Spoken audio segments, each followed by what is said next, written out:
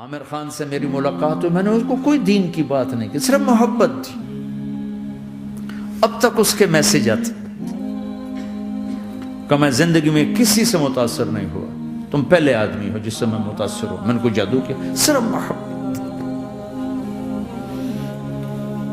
لوگوں کو محبت دو، قریب ہوں۔ میں جب گیا بڑی مشکل سے اللہ نے، ملاقات کا کوئی راستہ ہی نہیں تھا، وہ مجھے نہیں جانتا تھا، میں اسے نہیں جانتا تھا، تو کوئی موقع نہیں مل رہا تھا ملاقات کا۔ تو اللہ نے شاہد آفریدی کو بھیج دیا۔ شاہد آفریدی اس کی دوستی تھی، ہمارا جو کرکٹر ہے۔ میں نے اس سے فون پر کہا یار میری ملاقات تو کرا۔ اس نے ملاقات کروائی تو اس نے مجھے کہا آدھا گھنٹہ ہے، آدھا گھنٹہ۔ جب میں پہنچا میکسیمم پونا گھنٹہ، ٹھیک۔ میں گیا تو وہ سہما ہوا چہرہ کہ بھئی مولانا آ گیا، پتہ نہیں کیا کہیں گے، بھئی یہ تو کیا کر رہا ہے، تو حرام کر رہا ہے، ناچ رہا ہے، گا رہا ہے، توبہ کر، ابھی تیرے لیے دوزخ کا فیصلہ ہو جائے، پتہ نہیں کیا ہو۔ وہ ڈرا ہوا سہما ہوا تھا۔ تو میرا ایک دور کالج لائف تھا، میرے اللہ نے مجھے ہدایت دی، اور میں 3 دن کے لیے میں اس دوست کو، اس کی نسلوں کو دعائیں دیتا ہوں جو مجھے زبردستی پکڑ کے لے گیا۔ نہ میرا تبلیغ سے کوئی تعلق، نہ واسطہ، نہ میں کوئی ان سے متاثر۔ ایک لڑکا تھا، بنگالی تھا، گشت کرتا تھا، لیکن میں اس سے ذرا متاثر نہیں ہوا۔ میرا دوست متاثر ہو گیا تھا، تو میں تو ان کے قریب سے نہیں گزرتا تھا۔ تو وہ اور میں اسکول میں اکٹھے آ رہے تھے، کالج میں اکٹھے آ رہے تھے، تو وہ متاثر ہوا، وہ 3 دن کے لیے جا رہا تھا، تو مجھے بتائے بغیر میرا ہاتھ پکڑ کے لے گیا، مجھے کام ہے چلو میرے ساتھ۔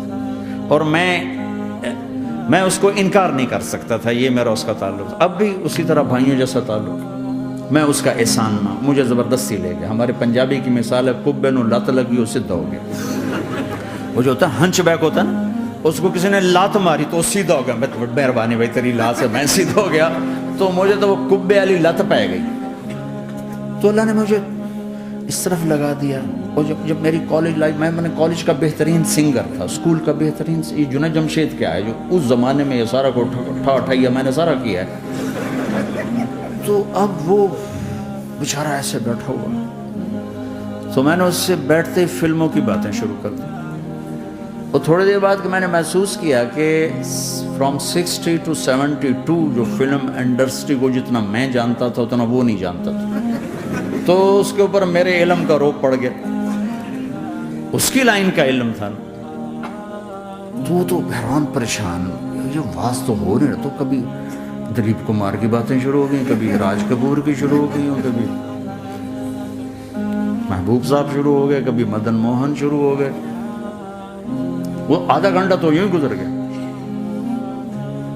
تو آدھے گھنٹے کے بعد میں نے کہا جی ہمارا تو ٹائم اوور کا نہیں، اٹھیں چلے ادھر چل کے بیٹھتے ہیں کھانے کی ٹیبل پر، تو وہاں جا کے بیٹھ گئے۔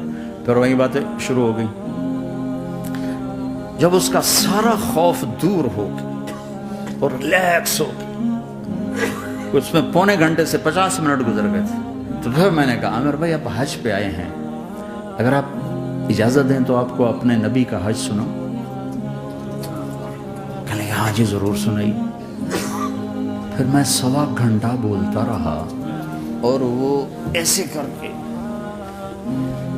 یہاں سے وہ یوں نہیں ہوا، 1.25 گھنٹہ ایسے بیٹھ کے ہلا نہیں اپنی جگہ سے۔ لوگ محبت کے بھوکے ہیں، تم فتوے دینا شروع کر دیتے۔ 2 گھنٹے کی ملاقات کے بعد جب ہم نکلے تو نیچے تک چھوڑنے آیا عامر خان۔ حج کے بعد میں نے کہا ایک ملاقات اور ہو جائے گا، ضرور ہوگی۔ پھر اس کا میسج آیا کہ میں مدینے چلا گیا ہوں، معذرت چاہتا ہوں۔ میں نے کہا میں مدینے آ جاؤں گا، میں مدینے پہلے ہو آیا تھا حج سے پہلے۔ تو اس نے کہا کہ آپ 14 تاریخ کو آ جائیں، 4 سے 6 کا ٹائم میں نے آپ کے لیے رکھا ہے۔ تو میں جنید اور ایک اور ساتھی ہم دوبارہ وہاں چلے گئے 4 بجے، 4:15 ہم اس کے ساتھ ہماری سٹنگ شروع ہوئی۔ 4:15 سے 10:15 تک 6 گھنٹے مسلسل، اور اس کے ماتھے پہ ذرا نشان نہیں آیا کہ میں بور ہو رہا ہوں۔ اور اس کے بعد ہم اٹھے، اس کا جی نہیں چاہ رہا تھا کہ ہم اٹھ کے چلے جائیں۔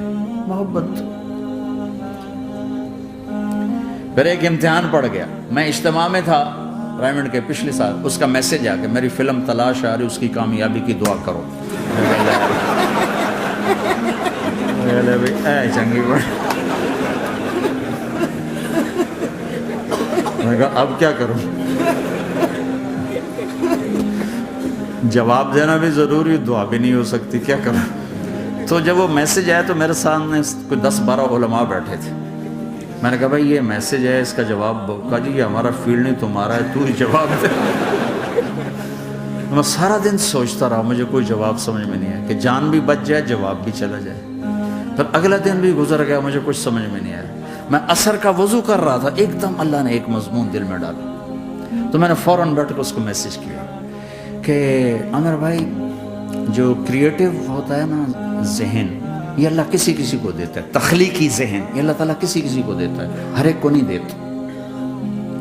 اور یہ اللہ کی بہت بڑی عطا ہوتی ہے. اور میں نے تمہارے ساتھ جو وقت گزارا اس میں میں نے دیکھا کہ اللہ نے تمہیں تخلیقی ذہن دیا ہے، تم کریٹر ہو. اور جو لوگ اس ٹائپ کے ہوتے ہیں وہ کامیابی ناکامی کی پرواہ نہیں کرتے، وہ اپنے کام سے کام رکھتے ہیں. آپ کا بھائی تو فوراً اس کا میسج آیا، آپ ٹھیک کہہ رہے ہیں، آپ ٹھیک کہہ رہے ہیں. بات ہو گئی. پھر میں تھا ہانگ کانگ، میں نے وہاں سے اس کو میسج کیا. دیکھو کسی مصروف آدمی کو براہ راست فون نہ کیا کرو، میسج کیا کرو کہ میں آپ کو فون کر سکتا ہوں، چونکہ میں اس کا بہت ستایا ہوا، بہت ستایا. تو میں نے اسے میسج کیا کہ میں طارق جمیل ہانگ کانگ میں آپ کو فون کر سکتا ہوں، میں آپ کو فون کر سکتا ہوں. میں ہمیشہ اسے، اب بھی میرا فون پہ رابطہ ہے، میں پہلے اسے میسج دیتا ہوں میں آپ کو فون کر سکتا ہوں. اگر اس کا جواب نہ ہے پھر میں نہیں کرتا ہوں. کبھی وہ خود کر لیتا ہے، کبھی وہ میسج دے دیتا ہے کال کر لیں. تو تھوڑی دیر بعد اس کا فون آ گیا کیونکہ میں اس وقت دلی میں ہوں، کانفرنس میں تھا. تو میں نے آپ کا میسج دیکھا تھا، میں اٹھ کے باہر آ گیا ہوں، ابھی آپ سے بات کر کے پھر میں جاؤں گا. تو اسے باتیں کرتے کرتے کہنے لگا آپ کی دعا سے میری فلم کامیاب ہو گئی. میں کہا یا اللہ میں کوئی نہیں کی تھی تینوں.